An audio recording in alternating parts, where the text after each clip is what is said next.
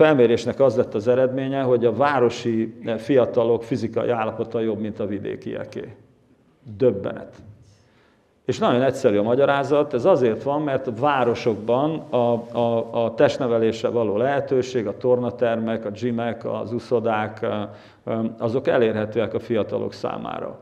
A vidéki fiatalok nem a tornateremben erősödtek meg az uszodában, hanem a munkába.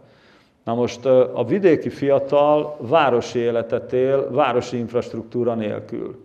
Döbbenetes fordulatok és hatások vannak. A katari tizenéveseket fölmérték, és megállapította egy felmérés, hogy a katari tizenévesek 75%-a cukorbeteg. Bődületes arány. Most jó néhányan ülnek itt az én generációmból. Hát mikor hallottunk mi erről, hogy cukorbetegség?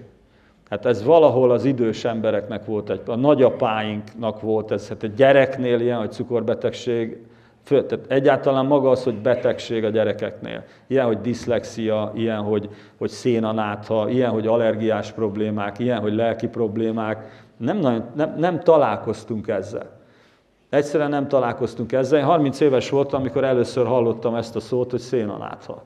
Addig nem tudtam, hogy ez létezik. Ezek mind immunbetegségek. Ezek a rossz táplálkozásból és a helytelen életmódból adódnak. Tehát a családnak és a társadalomnak egy nagyon erős szimbiózisba kell lenni, ami felborult.